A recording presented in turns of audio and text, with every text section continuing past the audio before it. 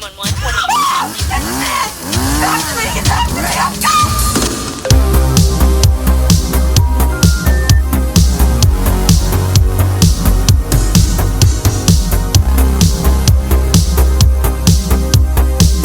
Whoa, whoa, whoa, whoa, whoa, whoa, whoa, everybody. You know what time it is. You know what time it is. You know what time it is. It's real Vile time, babies. That's right. We're back, and it's 2024. This is our first show of the year. We're going to kick it off with a wrap up of some of our favorite films of 2023. It's going to be a countdown like a countdown. Everybody loves a countdown. E to the R to the M. The T stands for the, but you already knew that. We're about to rip it up in a modern way, so it's got to be Mr. Germ T. Ripper. And of course, we got the Tower of the Hour, the Princess of Power, the Killer, Kelli Miller. What's up, Killer Kelli? Hey, hey, hey, Happy New Year, yo. Hey, hey, hey, Happy New Year indeed. And of course, you can't go anywhere without the Prime Minister, the Sinister, the Suplexorcist, the Mr. Ruthless Chris. What's up, Ruthless Chris? What's going on, man? Happy New Year, y'all. Ready to get to some lists. Yes. Lists. Wrap up the last year. Everyone gets excited for a list. They are fun. You know, VH1, I think, had 10 years of programming of just lists. So we're on our way, baby. I think it still is. I think that's still what they rely on. You know, like lists of the years, you know, best of the 80s, then lists of dumbest criminals or whatever they're still listing. I didn't know that they were still in the air. I didn't know VH1 Yeah, I was still like, a thing. is that a thing? Somebody's got to cut Danny Bonaducci a paycheck, you know? What have you guys been up to since we last talked? Because the last time we talked was for when we interviewed Jen Wexler for the holiday episode. What have you guys been up to?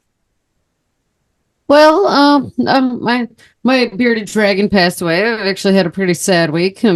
Rest in peace, Jeff the Magic Dragon. But other than that, yeah, Chris and I had a dragon funeral today. Other than that, you know, the holidays, I did the usual poker at my uncle's for the holidays. We've been doing that for decades, you know.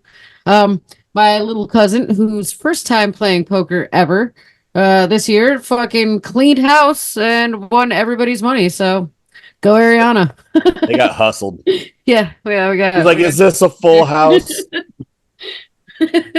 But yeah, other than that, happy holidays. I hope everybody had a good Christmas. But it was decent. I had a good time with the family, other than the death of my beloved little dragon. But yeah, it's been all right. How have you all been? All right, yeah. Ruthless Chris, what about you? Anything new or exciting? I had probably one of the weirdest Christmases of my life. I'm sorry, he was messaging me while I was at my uncle's yesterday, and I just started like busting out laughing while I'm playing poker. I'll let Chris tell you the story, but I have been laughing about this for like 2 days. Go on. So yeah, we're recording this day after Christmas, so this is yesterday. So I'm still processing this. But I, at 42, learned my father is a pervert. We lost my mother a few years back, and at Christmas he approaches me and he's like, "Hey, I need you to help me with this dating site I'm on." So I'm like, okay, you know, he's on Plenty of Fish or, you know, eHarmony, whatever, you know, trying to find some love. Good for the guy, you know. It's been a number of years. He deserves it. So we get to his house after the Christmas party at my brother's house, and he pulls up this website, and it's called Granny Space. And he's been wrapping it up with nothing but like girls that have profile pictures of topless grannies. So then he had to have me like show him how to like upload his picture. And while I was doing that, I got a big eye load of what his profile was. And it was, I need to be sexually pleased at least 3 times a day. And then he told me he approached me to help him with this because he knows I'm the tomcat pussy hound of the family, which Pussy hound. wow. Yeah. That was all yesterday. It's been a day. We buried a lizard today and ate some tacos. And I watched Talk to Me. And yeah, it's been a few strange days. Fair enough. All right. Well, good to know that you are the tomcat pussy hound of Real Vile as well, evidently, because I am definitely not a tomcat pussy hound. Kelly, would you call yourself a tomcat pussy hound? Oh no, but he is saved in my phone now as Silver Fang the Pussy Hound. Fair enough. Maybe that will be your new introduction from now on. Silver Fang's its own story. Fair enough. The Pussy Hound was just added on yesterday. Well, myself, and I've just been having a fabulous time this holiday season. I love Christmas and I love the holiday season. We opened gifts. We ate a delicious meal. Just me and my man. Nothing too ridiculous or crazy happened, but that's just the way I like it. Anyways, let's get on with these lists, these listicles, if you will. Well, let's Hey, Ruthless Chris, you want to get this party started or what? Sure. I was just going to go down before I get started with my number 10. There are a few movies that made a bunch of other people's lists I did not see, so I don't want to hear any why wasn't this on the list. So I haven't watched Venus, Swallowed, Divinity, Satanic Hispanics, Totally Killer, Candyland, From Black and East Men this year. So don't be surprised they're not on the list. I did not get to see them. But my number 10 is Last Voyage of the Demeter. This one was way up my alley. You know, like I like a different take on the Dracula story. I liked what the creature design was. I liked that it was confined to a boat. I liked that they made him a lot more vicious and bloodthirsty. I thought it was a really fun ride. That's my number 10 of the year. Last Voyage of the Demeter. Very cool. Number 10. How about you, Kelly? Did you see Last Voyage of the Demeter? I did not get a chance to see this one. It was on my list of shit to see this year, but as Chris just said, there was a lot on my list of shit to see this year, and I did not get to see everything. So, I mean, if it pops up next year, I might be like, hey, this should have been on my top 10. There's a good possibility, but no, I haven't seen it yet. Cool. What would you say your number 10 is? My number 10, which originally when I seen this, I thought it would be higher on my list, but it was actually a pretty hard system that I had going, like fighting for a spot on my list. There were some decent ones this year. I went with Hell House Origins, honestly, for my number 10. I really enjoy the Hell House series. I think this one was a perfect addition to the trilogy that came before it. It gave you a lot of good backstory. I think it gave you the same sort of creepiness without losing anything from the rest of the trilogy. I thought this was a pretty solid fucking flick, and it belongs in my top 10 somewhere, at least. Nice. Yeah, the Hell House Origins didn't make my top 10, but now that you mentioned it, I definitely give it an honorable mention. Ruthless Chris, what would you say about Hell House Origins? I really liked it. It did not make my top 10 either. I will also give it an honorable mention, but I like that they brought a breath of fresh air in it by finding a way of not having it in the Abaddon Hotel, but still having it tie in with other stories and enrich the other stories. I thought it was a great addition. I was bitching earlier in the year that this was going to be a weak year for horror, and when we finally actually got the list, I broke down I started at 20 movies and broke down to my 10, and it originally was in that 20. It just didn't make the cut in top 10, so honorable mention for sure. Sweet. On to me. My number 10 is Saint Drago. Now, we had one of the filmmakers, Brandon Paris, on our show during Pride Month to talk about this movie, and I think it's a great queer sort of folk horror film, and I really enjoyed it. Made my top 10. You guys obviously watched this as well because you talked about it with Brandon. What did you guys think about Saint Drago? Did I watch this? Yeah, we watched it. We interviewed the director, Kelly. Oh, yes. I really enjoyed the Lovecraftian themes. I thought it was shot very well. There was a lot of really cool lore to it. It had a really good sense of dread. I really enjoyed it. Just did not make my top 10. Yeah. There was a lot of movies that were kind of tailored to my liking this year that really kind of inched their way. And like Last Voyage of the Demeter, I know a lot of people didn't necessarily enjoy it, but that's like really my kind of movie, Yeah, same. I'm sorry, I didn't recognize the movie as soon as you first said the name. But then when you were talking about the director, I was like, yeah, absolutely, I do remember this movie. It didn't make my top 10, but this is also another one that would definitely get an honorable mention from me. Very cool. Well, let's keep on chugging along this greatest hits of 2023. And Ruthless Chris, what's your number 9? So my number 9 was a little indie movie. I know Kelly watched it. This one really stuck with me. I was really impressed with it because it didn't really have a lot of budget. It had a really interesting storyline, and I thought it was really different, which was All Eyes. I very much enjoyed All Eyes, which was, the story of a disgraced podcaster and a guy finds a monster or says he has a monster on his land. He's going to kill it and invites the guy over to help him or to document him killing this thing. But there was like a cool Home Alone element and all this fun stuff to it. I thought it was just a fun movie, and it really did a lot with not a lot of money, like some really big ideas with not a lot of money, kind of like the same way like The Endless did a couple years back, or Resolution, or those things, where it's high concept but not needing a lot of special effects or anything to pull it off. So I really enjoyed All Eyes. That's my number 9. Shit, man, I completely forgot that one even came out this year. I definitely remember watching that movie, but I did not remember that it was a 2023 movie. And yeah, that one is amazing. Wasn't that the same guy that did Resolution and The Endless? And No.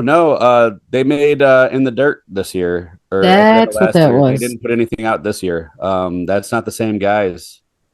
It is very similar to their style though, for sure. I'd say it's had a lot more sense of humor to it, to where the Morehouse stuff is a little more. Because it had that dude in the house that was kind of funny, but like you didn't know if he was like insane or just like They had the crazy guy, the wacky traps. You had everything was booby trapped. Yeah. They didn't know if the men in black were fucking with them. If it was just, yeah. There was like a lot of fun stuff going on in there.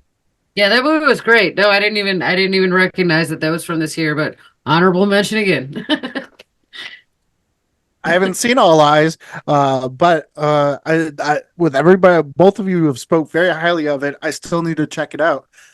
Killer Kelly, what would your number 9 be? I'm gonna go with the Spanish movie I watched earlier in the year, Huerta the Bone Woman. That one I really liked it. It had kind of like a punk rock edge to it at the same time with some of the characters and stuff, and I really liked the lore behind it. This one was a good one. It was a good supernatural natural one. I'm sorry, I'm very blah. But yeah, it had a good supernatural element to it. I really liked the punk rock feel behind the characters. It had like a griminess to it. I enjoyed this one. Yep, number 9, Huerta the Bone Woman. Oh, I've heard some really good things about this. I haven't seen it yet, but I have to check this out. Chris, have you seen? How do you pronounce it? Huerta. Huerta the Bone Woman. Huerta. I could be pronouncing it wrong. You're asking me. Huersa, the Bone Woman. I watched a large chunk of it, but it was kind of late at night and it was subtitled, and sometimes reading makes me tired. Mm-hmm. So unfortunately, I did fall asleep on it. Not because it was boring or anything, but genuinely, if I am tired and I start reading a bunch of stuff, it makes me drowsy and I fall asleep. So I was not able to finish it, but I did very much enjoy what I saw. It was one I meant to finish. I went through a marathon of 2023 movies leading into this episode, so it was one of those I meant to have on there and I just didn't get to. Fair enough. Yeah, I need to check out that one as well. Moving along though. Now, originally I had Beau is Afraid as my number 9, but thinking about it, I'm just like, as fantastic a film it is, and nightmarish nightmarish from beginning to end, I can't really consider it a full-on horror movie. So I'm gonna take that out and I'm gonna replace it with the realistic violence and exploitation of Candyland. Now, I spoke highly of this film before, and I'm going to keep speaking highly of it, even though this isn't going to be for a lot of people. If you don't like a movie with a lot of realistic style violence, skip it. But it's a great slasher film, great exploitation film, has a throwback feel to the 80s, and I'm a big fan of it. Candyland. Did either of you get a chance to watch this or no? I did not. Nope. I did not, but also Bo is Not Afraid is not on my list. I actually watched that today. Same. It's I not on my watched it list last just night. because I consider it more a psychological. Thriller. There was horror to it, but I just didn't find it to be a horror movie. That's also why Birth and Rebirth wasn't on my list, even though I enjoyed it quite Same. a bit. I just didn't find them to be horror movies. So, yeah, I agree with Bo is Not Afraid, but I have not seen Candyland. Well, all right, yeah. Check out Candyland streaming for free on Tubi if you like hardcore '80s throwback exploitation. But in the meantime, Ruthless Chris, what's your number 8? My number 8 was Jen Wexler's The Sacrifice Game. This one I really liked it. There was uh, she really showed that she can make a really excellent and well crafted, very great looking movie with not a lot of money. I mean, it was super well acted. Special effects looked great. It was a period piece, so that and it didn't detract from the movie, and it felt very authentic. The child performances were phenomenal, Yeah. and it really hinged on that. This was a kind of a sleeper hit to me. Really from the opening scene, I knew I was kind of in for a bit of a gut punch, and it delivered on that. And that one stuck with me. So yeah, my number 8 is The Sacrifice Game, which I know you guys both watched because Mhm. last episode we introduced or interviewed the woman behind it. Yeah, actually, that's another one. It was a really hard. I might have kicked off Hell House Origins for Sacrifice Game. Like it was neck and neck with that. But yeah, yeah. Also great, but movie belongs in somebody's top 10. I'm glad it's here. I'm glad to see it. Fantastic.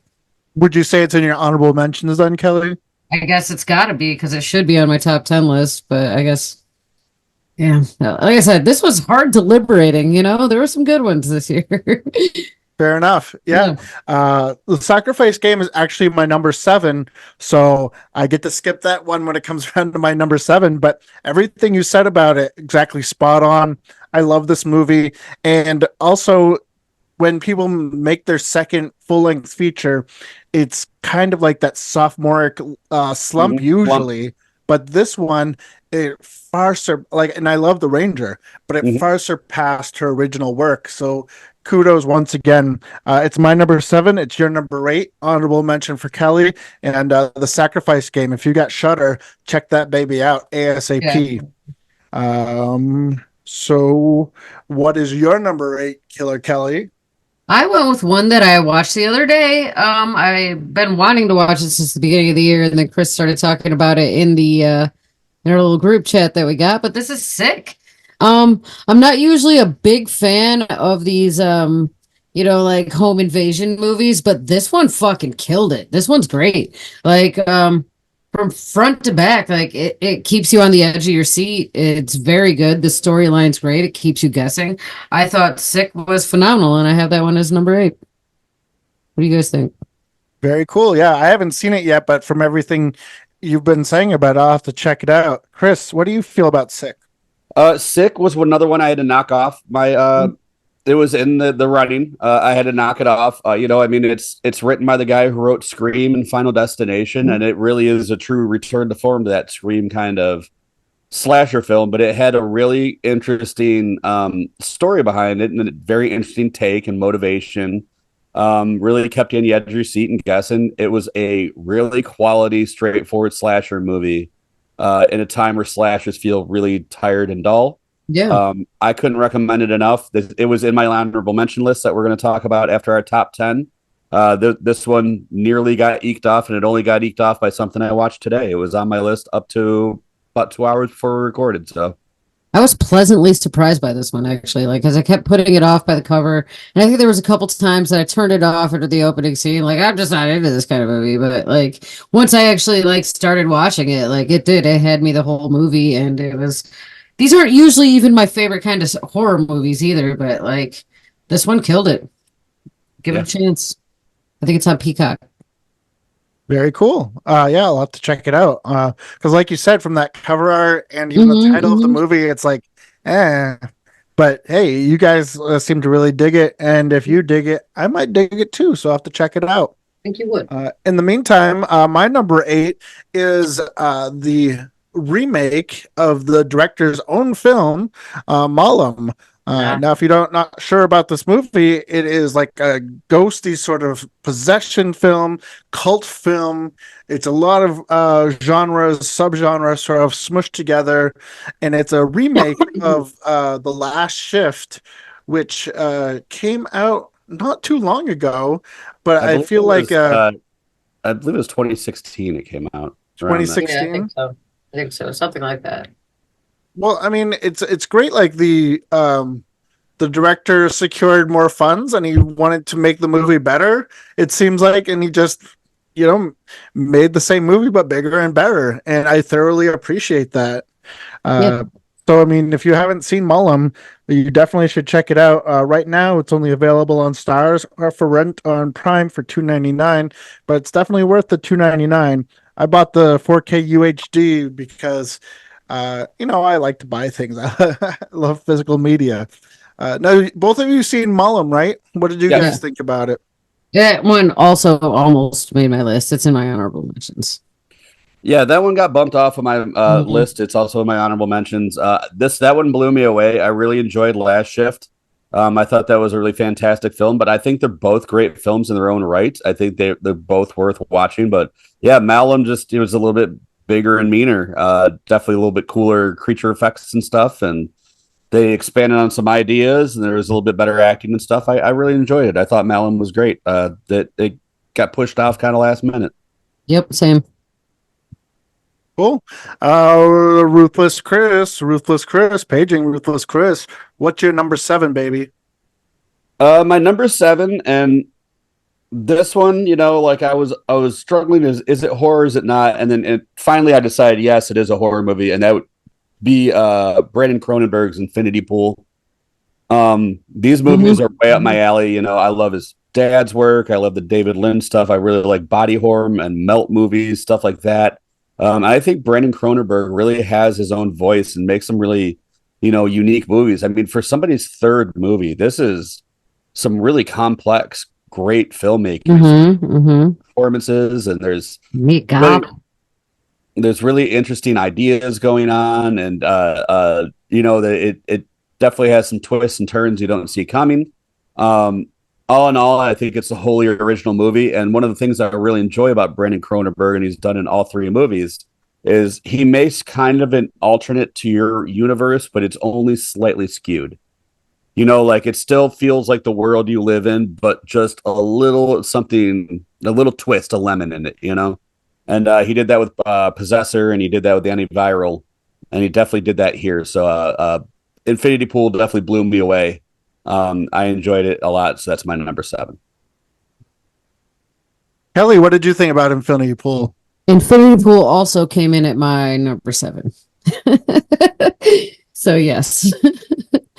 I love the movie. I can't elaborate more on what Chris said. It had like a great sci-fi fucking feeling to it, and it was fantastic. Mia Goth's performance, the actors' performances in this movie is basically what made it. With Cronenberg, you had that usual Cronenberg feel. I love it. Yeah, I'd highly recommend Infinity Pool. Yes, Infinity Pool is actually my number 5. I loved it. I love the body horror. I love the special effects. I love the subtext. The cast was amazing. The acting was amazing. Yeah, it's just a really great film. I was happy that I saw it in the theater, and if I remember correctly, there might have been like one other person there to see it. But then again, I like to see movies like first thing in the day, so that there is less people there. That's just my sort of jam. Less people, the better. But yeah, Infinity Pool, definitely check it out if you haven't yet. I think it's streaming on Hulu. Yep. So yeah, Infinity Pool, definitely check it out. What are we at? 7? Yeah, I said 7 That was is 7. for me. This 7 was the sacrifice game, and we already talked about it. So we're gonna go right on to where are we on? What are we on? 6. We're on number 6 because 7 was already also Kelly's was Infinity Pool. Yep. And That's right. Okay. All right, Ruthless Now Chris. we're gonna start lapping each other in our. Yeah. Now we're getting to the the top ones. All right, number 6, Mr. Ruthless Chris. What you got for us, baby? So this is one I watched the other day, and I can't believe more people aren't talking about it. It's by a filmmaker I think that has made a lot of movies that are so close to touching greatness, and then like two that were really great, being Session 9 and The Machinist, and that is Blood. I watched this on Hulu. It's the story of a mother, a single mother, and her 2 children. She used to battle a drug addiction. There is a evil tree out back. It affects her children. She has to, and then in turn, start harvesting blood to keep her child healthy. This one, it has some knockout performances. It has some really cool ideas that I hadn't seen before. I kind of almost see it in the same world as the original Pet Sematary. It really has that kind of vibe to it. The actress who played the mother absolutely killed it. The child acting was great. It's one of those things where high concept that didn't need a lot of money to do what it needed to do, so everything looked the way it needed to look and all that. Blood really blew me away, and I can't believe more people aren't talking about this. So yeah, my number 6 is Blood. I hadn't even really heard of it, but I do love that director. So yeah, Machinist is such an incredible film. I'll have to go back and check it out. Have you seen this one, Kelly? No, Chris started talking to me about it last night, and I wanted to watch it, but then he stopped by after, the lizard funeral, and he wanted to talk to me, and I was like, dude, if anything's gonna, like that's one of the bigger ones of the year. Let's watch that again just to see if you'll add it to your list. But Blood is something I may even watch after I drop him off when we're done recording this.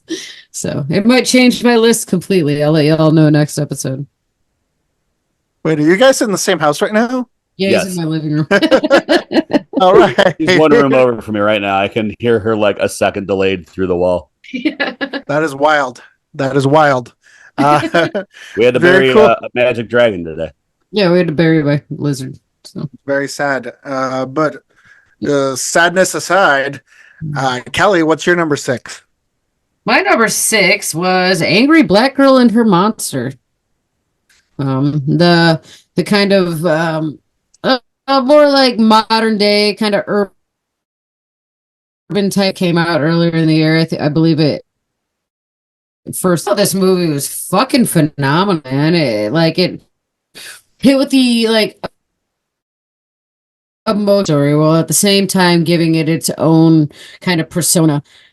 Yeah, I thought this movie was phenomenally done.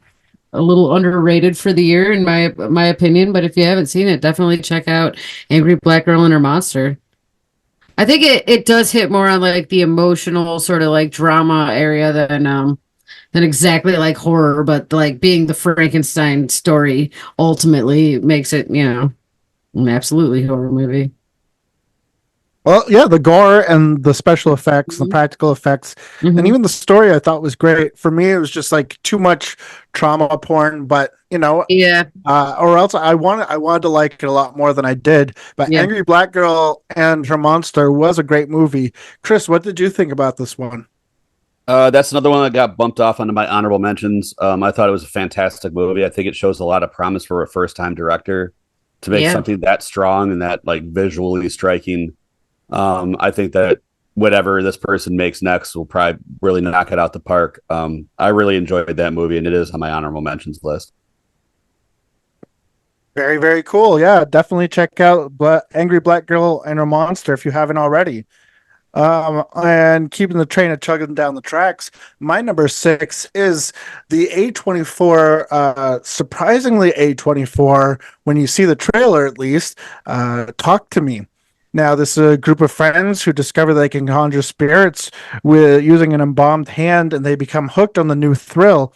I took the whole thing as sort of a allegory for addiction, which being an addiction counselor really spoke to me on a different level. Also, I liked that these were first time feature filmmakers. Before making this film, they were doing like social media content. And I think that's kind of why the whole thing has a different sort of vibe to it. And maybe that's why it is a little more elevated than it should be. Because when you think about the premise, it's just like you feel like I've seen a million movies like this and teens and blah, blah. But it's just so well done. I really appreciate Talk to Me. So that's my number 6. You guys said that you just watched this. What did you think of it? Well, we just rolled credits on it. It's actually my number 3 now. It's Sick was much higher on my list, but Sick was one of the ones I bumped off for this. I thought we got 2 really interesting original takes on possession this year, this being one of them. I think, like you said, not only is it a tale of about addiction, but it also about social pressures and social media. I think it's visceral. I think it had really interesting ideas, and it really had a lot going for it. I thought it was visually stunning, well acted. I think it was one of those ones that, it been hyped up to the point where I knew I had to see it before we recorded. Like it made so many people's high ups that when we after we did the lizard funeral, we had time for a movie. I was like, all right, we gotta watch Talk to Me before we record. So it ended up being my number 3. I ended up loving it. So yeah, Talk to Me was fantastic. I can't wait to see what else they end up making. Yeah, this one is also my number 3 as well. In addition to it being like about addiction and the like surrounding like the new social media and new like party themes and stuff, it also still tied in that old like horror trope of like the games, like the Bloody Mary game, the Candyman, so it had that edge to it, which is what I really liked about that movie. But yeah, this is also my number 3. I think it's fantastic that these kids were like just like TikTokers or like YouTubers, and then they come out with something badass like this. I think it's pretty promising for the future of independent film. Absolutely. I'm glad to hear that we all enjoyed Talk to Me. So if you haven't seen it, check it out. Do what you have to do, get a copy of it, and enjoy Talk to Me. But with that being said, Ruthless Chris, what's your number 5? My number 5 is another one, like when I talked about movies that were like that came out this year that almost felt like they were tailored to my taste. This was one of them, and that's Suitable Flesh. I'm the biggest Stuart Gordon fan. I love H.P. Lovecraft. I love things like that. But this one, it felt like a love letter to Stuart Gordon from his movies from the 80s. It felt like it belonged right there with From Beyond and Reanimator, things like that. I thought Heather Graham really did an amazing job and was transformative in this. I think all the actors, because all of them essentially at one point had to play the same character, and they all found a way to make it the same. Mm-hmm. It had some great twists and turns, had some awesome gore. It was perverse, sexual. It was just a really, really visceral experience. And the guy who made it really makes some interesting films. So yeah, Suitable Flesh, I really, really enjoyed. We did an episode about this a couple episodes ago, and I think we all really enjoyed it. Yep. Kelly, what were you going to say? Was this on your list? Yep, I have it as my number 2, actually. It's pretty high on my list. I thoroughly enjoyed this one. It was something different than you regularly see, like in horror altogether. It had that sci-fi. It had the crazy, the characters. The one dude playing. His ability to go from one character into the other, like, with how he had to basically play 2 people, but in the same body. Phenomenal, dude. I don't think this movie would have been the same had it not had the cast that it had. I absolutely loved this one. It kind of blew me away, and I wasn't expecting it. It's on my number. Very cool. Yeah.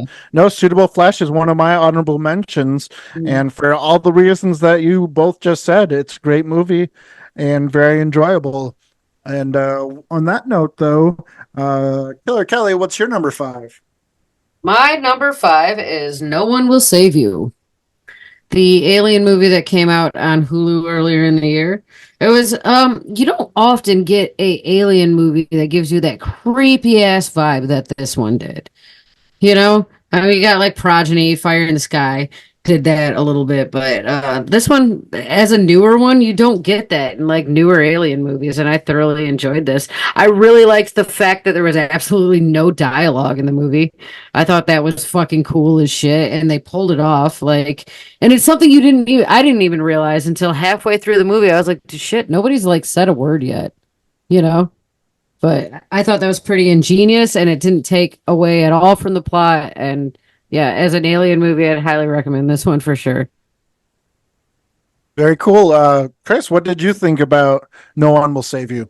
It's my number two. I utterly love this movie. I enjoy a good alien flick, and it's very rare you get a good one anymore. It's all kind of been there, done that. Yep. I really liked the subtext below, also about us being aliens within ourselves. Yep. The fact that they could make an entire movie without dialogue and you don't get bored and you're not looking for your phone. You know, that there was big set pieces and big moments, and the fact that it was CGI but it didn't take you out. It looked very, very good. I utterly loved this movie. This one was like a surprise sleeper hit for me because I didn't really watch any trailers going in. I didn't really know what I was in store for. I just saw it was a Hulu original Alien movie, and I was like, fuck it, I'm going to put it on while I'm doing laundry. No laundry got done. I watched the whole thing. So it was actually my number two, one of my favorites of the year. Very cool. Yeah, no one will save you. I liked it too, and it's on Hulu, so check it out and do the electric boogaloo. But my number 5 is Infinity Pool, and we've already talked about Infinity Pool, so we're gonna go right on to number 4. Ruthless Chris, what's your number 4?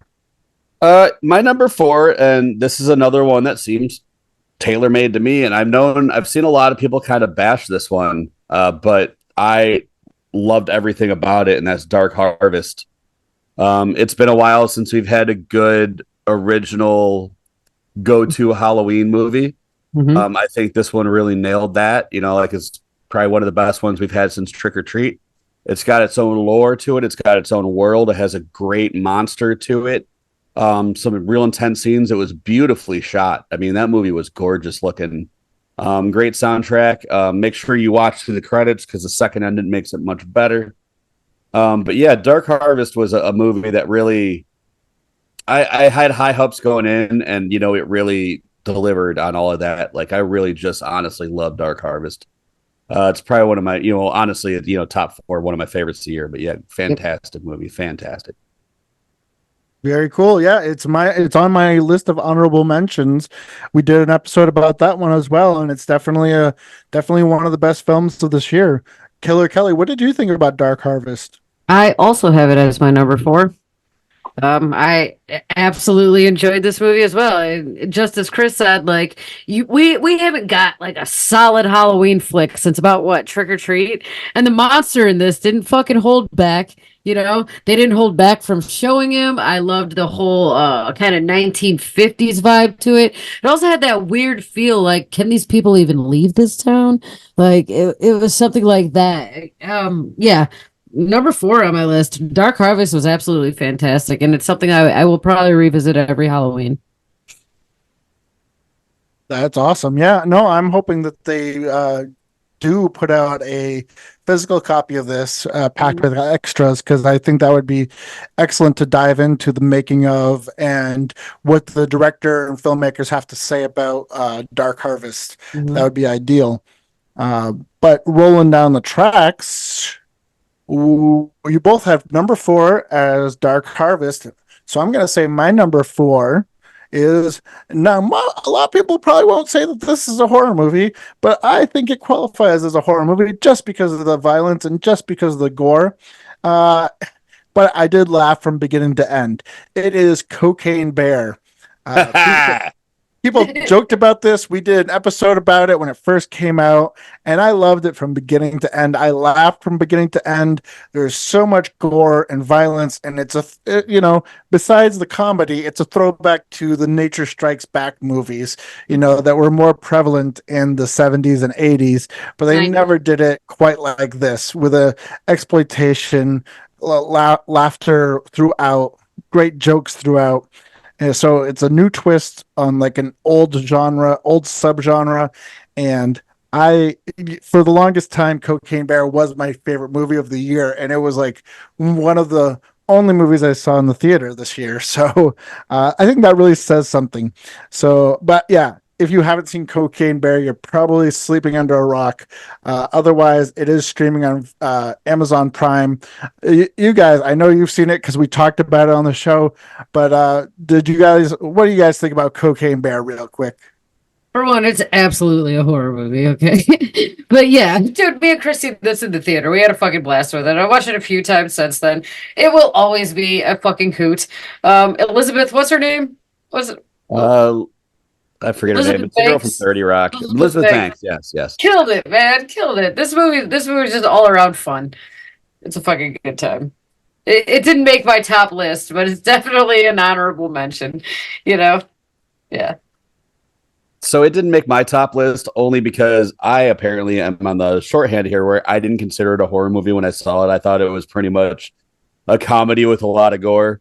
But in my non-horror list, I looked at more of like an exploitation film, like almost like a modern grindhouse kind of film. For sure. But in my non-horror top 10, I think it's around like 5 or 6. I already loved it. I loved everything about it. Like that's my kind of flick. I loved the humor of it. I loved like that Ray Liotta was in it, and they had him in an old leather jacket and some yellow shades. Like everything about it was charming and fun and funny. That was just a crowd pleaser, and I love the shit out of it. So it's not even on my honorable mentions because for some reason, didn't see it as a horror movie. I saw it more as a grind comedy. Fair enough. Absolutely fair enough. But ooh la la, we're cracking the top 3. Is everybody ready to get into our top 3? Oh, yep. Crazy town. I have a feeling we all have the same number 1. Oh, I know we do. I'm almost positive we do. I was when I wrote it on that slip of paper at work. I'm pretty damn sure we all have the same number 1, but that's okay. That just means that it is an outstanding film. Solidifies how sweet it is. Yes. The 3 people that have a slightly different taste in horror all love this movie, barred none. But before we get to number 1, we got to get through 3 and 2. So, Ruthless Chris, paging Ruthless Chris, what's your number 3? We already talked about it. My number 3 was Talk to Me. But, we said all we need to say about it. But, yeah, fantastic film. Number 3 for me. Very cool. Killer Kelly, what's your number 3, baby doll? Also, Talk to Me. Number 3. We said what needs to be said, but it belongs in the top 3. Alrighty then. Well, back to me. And this is another one that probably a lot of people don't really think as a horror film just because it is hilarious from beginning to end. Had me laughing, belly laughing, gut laughing, laughing so hard there was tears coming down my face. This was the Nicolas Cage film, Dracula film, Renfield. I loved how action-packed it was. I loved the gore. I love the violence. It was just so much fun. And once again, aspects of it brought me back to like 80s horror comedies. But then like the action was so over the top. It reminded me of like 70s kung fu films or 80s kung fu films, which they actually pay homage to in a couple of scenes. There's a great, I think it's a head punching scene, which it looks exactly like one from Sonny Chiba's Street Fighter. So I love Renfield, and that is my number 3.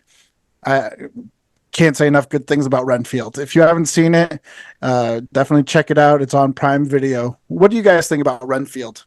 Loved it. It didn't make my top 10 list, but it would be another honorable mention. I think that one was more fun than horror, so I didn't really consider it because I did consider it more comedic, even though it is like the story of Dracula, Bram Stoker's Dracula, but it was more funny. And who doesn't love Nick Cage? Look at my phone. Yeah.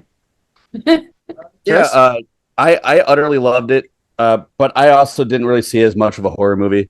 I think it leaned more on the comedy side, but it was definitely one of my favorite movies of the year. I loved the superimposed where they put him in like the old Hammer movies and shit in the beginning. Yeah. Fantastic. Oh, Um, Black White.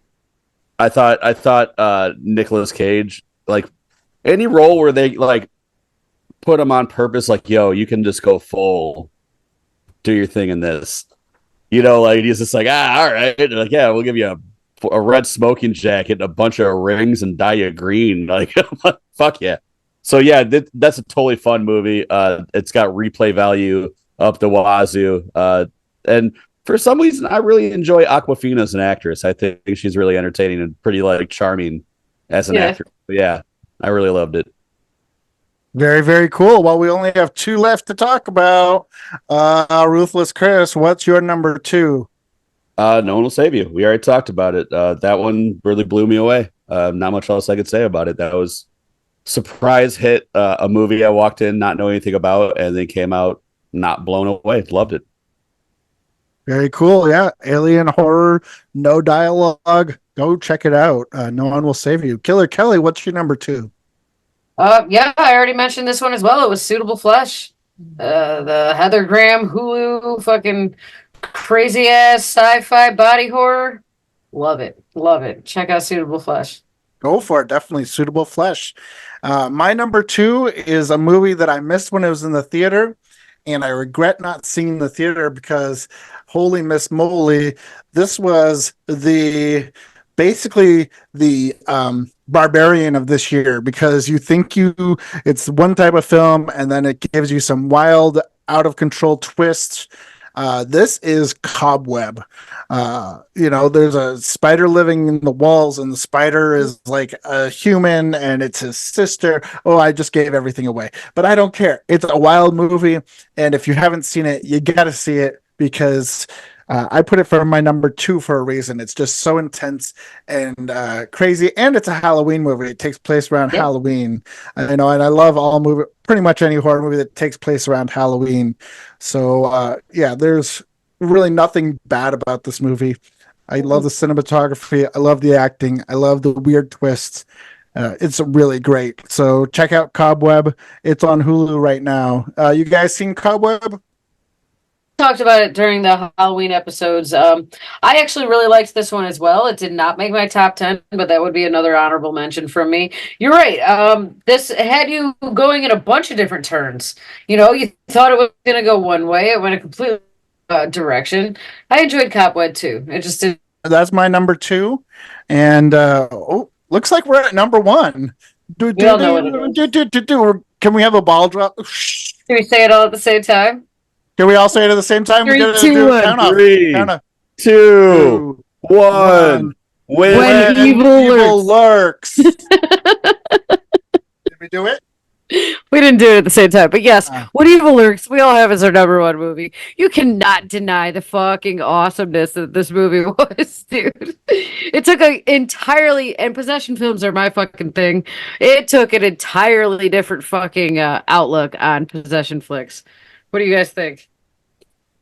I'll tell you what, this one really had a lot of layers to it too. That I picked a bunch of stuff up that when talking to Kelly, that she missed some of that. Even some of the lore is just in the dialogue that like religion is dead and this is already happening everywhere in the world, and it has this like real doomed feeling of dread and overwhelming, like just like this blanket of just anxiety and dread. The violence is shocking.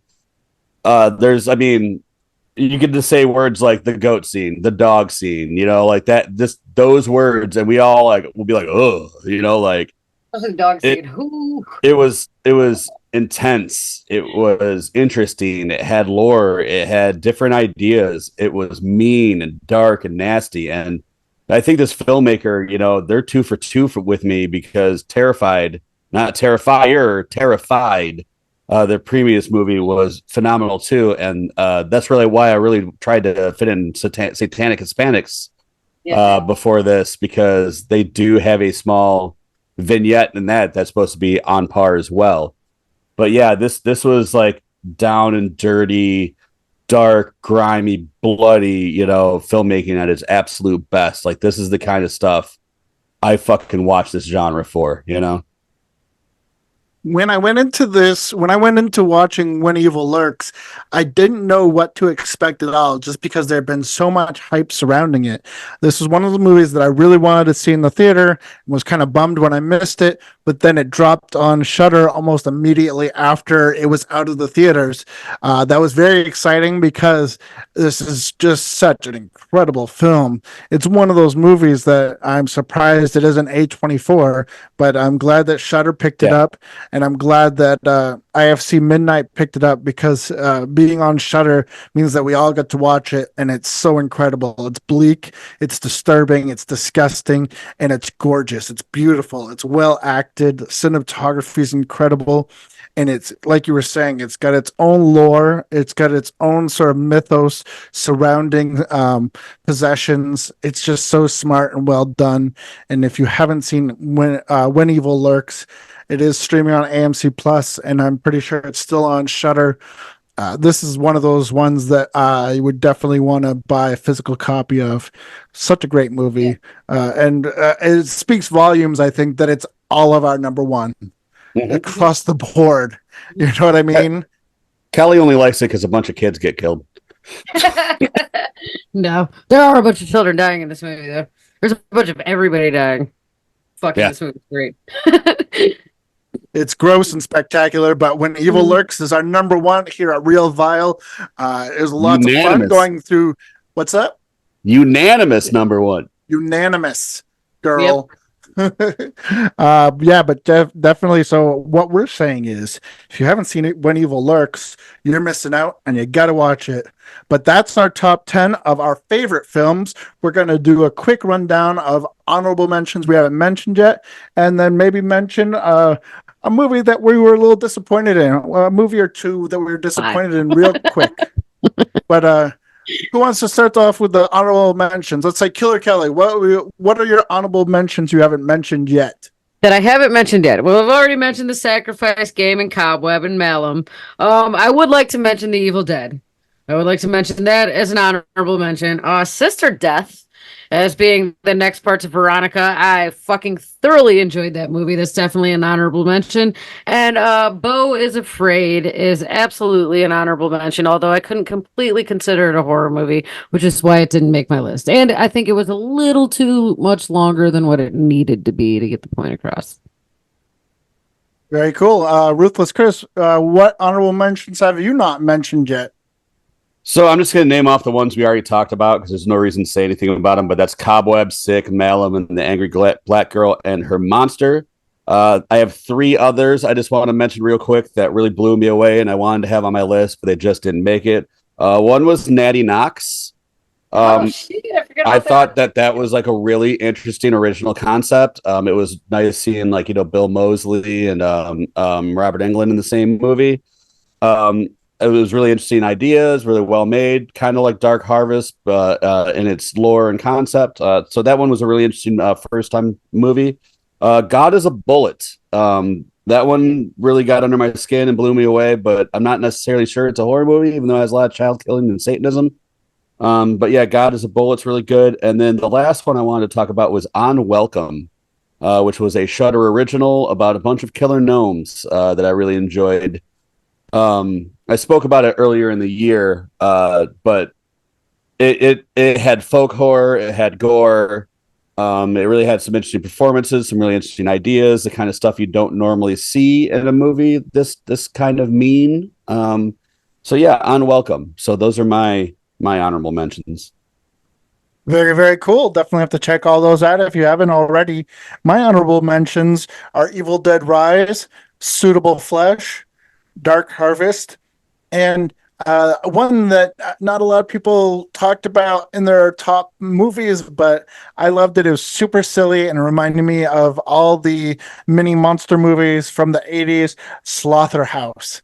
I didn't watch that, but I had a friend suggest it to me, and I'm like, shit. I wanted to try to watch it before the end of the year, but there's so many other ones. Like, I was trying to get in the ones that I would actually list, and I'm like, I just don't see it. Well, Slaughterhouse is a super silly movie, and I thoroughly enjoyed it. And if you don't want something totally serious horror, if you like a Ghoulies or a Munchies or any of those mini monster movies from the 80s, you gotta check out Slaughterhouse. How dare Um, you put it in such high regards?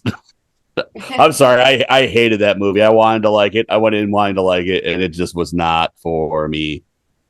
Okay, well, on that note, let's head on to our worst movies. I don't like to talk ill of films very much, but we're going to really quickly. You've already mentioned you hated Slaughterhouse. Is there any other films you hated? You know what? I'm gonna pad the blow a little bit. These aren't movies I would call these movies I went into wanting to like, and I was disappointed or did not like them. So I'm not going to use the hate word. It's, I wanted to like them, but didn't. Number one is Black Demon. Usually I like a good shark movie. It had a nice budget and it had good actors. It should have been good. It sucked balls. Exorcist Believers. Holy shit, did I have trouble getting through that movie? And I hate bashing Gordon Green, especially when everyone bashed on Halloween Ends. And I think I was one of the few people that really actually got and enjoyed what that movie was trying to say. The next was Pet Cemetery Bloodlines. I just thought it was bland as shit, boring, pointless, didn't need to be made. If you want something in that world, I would suggest Blood. The next one, In Its Wake. This movie was the boringest thing I've watched all year. It was shot. They would have took better. Like a Hallmark director could have shot this thing better. The monster was a silicone blue monkey. Truly terrible stuff. And then the last one I really wanted to like, and I went into with very high hopes, and it really shit the bed, was The Jester, which was going to be a Halloween lore kind of thing, and it was one of the ones with Dark Harvest I was really looking forward to in Halloween. It felt like it tried to be a very watered down version of Terrifier, and I did not enjoy it one bit. Although I did feel the guy playing the Jester did his best. So yeah, those are the ones that didn't land with me this year. Fair enough. Killer Kelly, what movies were you disappointed by? The ones that didn't land with me this year are actually a lot of the big Hollywood hits this year. Fucking The Exorcist, right? Or Exorcist, whatever, Believer. Believers. So fucking terrible, dude. Oh, I almost couldn't make it through that. Like, I just couldn't do it. That was just so bad. I think it was a terrible, even though they ended up bringing back Reagan and the mom for the original. Reagan just, I'm sorry if I'm ruining it, but it's not good. But like Reagan pops in at the end as a, um, even though that it's just, I feel like they completely shat on that entire Exorcist legacy with this fucking movie. Like, I'd rather watch Exorcist 3 and Exorcist 4. Exorcist 3 was awesome. Yeah, yeah. Actually, any of the other Exorcists are better than this one. Any of them. Dominion's pretty rough. It is rough. I'd rather watch it. Yeah, all right. You're right. All right. Pet Cemetery, also dog poop for me this year. Insidious Red Door. I tried watching it 3 times and fell asleep every 3 times. So that's going on my list. The Pope's Exorcist is also going on my list. Although I thought Russell Crowe, his performance was good, dude. The rest of the movie was fucking hot turds. The rest of the movie was hot turds, dude. That kid was just overacting and just trying to be Reagan so fucking much. You liked Russell Crowe on a Vespa with his terrible accent being a Yeah, he was. Yeah. It sounded like he was trying to do a bad fucking Mario impression the entire time. Yes. He was trying to be Mario. That's what he thinks Italians sound like. It's me, the Exorcist. Get out of here, demon. Dude, exercise the demons. But yeah, there's that one, and then as much as I love Rebecca McKendry, and I love like Colors of the Dark, I love Glorious. I could not get into the fucking elevator game or whatever the shit that was. So terrible. Elevator game was awful. And then I just wrote The Nun 2 with a question mark. I didn't even give that shit a chance, but the first one was one of the movies I hated more than any other movie, so I just assumed that one's bad. Tell me I'm wrong. Somebody tell me I'm wrong. If I'm wrong. If you haven't seen it, it shouldn't be on your list, dude. Well, it has a That's question not mark. fair. It has a question mark. Is It this shouldn't one be on shitty? there. You don't Well, know. that means that's what I'm saying. If it doesn't suck, let me know. But I have a feeling that it sucks, so so I didn't watch it. Well, as far as films that disappointed me, I actually liked The Nun too, but then again, I only liked it because of the cinematography. The story and everything else is kind of weak, and I don't remember the first movie at all. But I did love the cinematography from Nun 2. I'll check it But out. to keep on going with movies that I already talked about, The Pope's Exorcist, I enjoyed Russell Crowe, but that's mainly because I think he's incredibly sexy. Other than that, it's kind of it's not good. And then there was an indie film that dropped on Tubi, and I really hate shitting on indie films, but this one had an incredible poster that caught my interest, and I wanted to check it out. Then when I did, it was horrible. Called Phantom Fun World. Do not watch Phantom Fun World. It is not fun. It is boring, boring, boring. I did not enjoy that at all. And then this is a movie that's probably the most divisive film of the year, and I think it's boring. I think it's dumb. I do not enjoy it. I sat through it because we did an episode about it, but it is Skinamarink. Yeah, no, do not like Skinamarink. So I will say it's disappointed. I will not say it's the worst because I'm sure there are people out there that think of it as a masterpiece, but it's not for me at all. But this is coming from a man who loves Renfield and Cocaine Bear. So, but with that being said, that's about it. That's our list for 2023. Basically, what we're saying is When Evil Lurks is the best horror movie of the year. So, to definitely, that's it, folks. But we had a blast this year sharing all our horror experiences with all of you out there in Real Vile Land. And I hope you stay tuned for 2024 because, baby, baby, baby, it's just going to get more and more. What do you guys got any final words for the people out there in Real Vile Land? Yeah, I'm looking forward to next year. I'm not sure what's coming up, but I'm sure we got some good shit. Go on, Chris. Go on, talk. I'm just saying, microphones work when you talk into them. Looking forward to next year. Hopefully we have a good year of horror. I'm wondering how all this writer and actor strikes can affect what we see. But hopefully we got some good stuff coming up. We'll see you. Well, apparently your list is in the new year, so happy New Year. Happy New Year indeed. And I hope you enjoyed our list of our favorite and not so favorite movies of 2023. Keep it creepy, keep it spooky, and keep it real vile forever.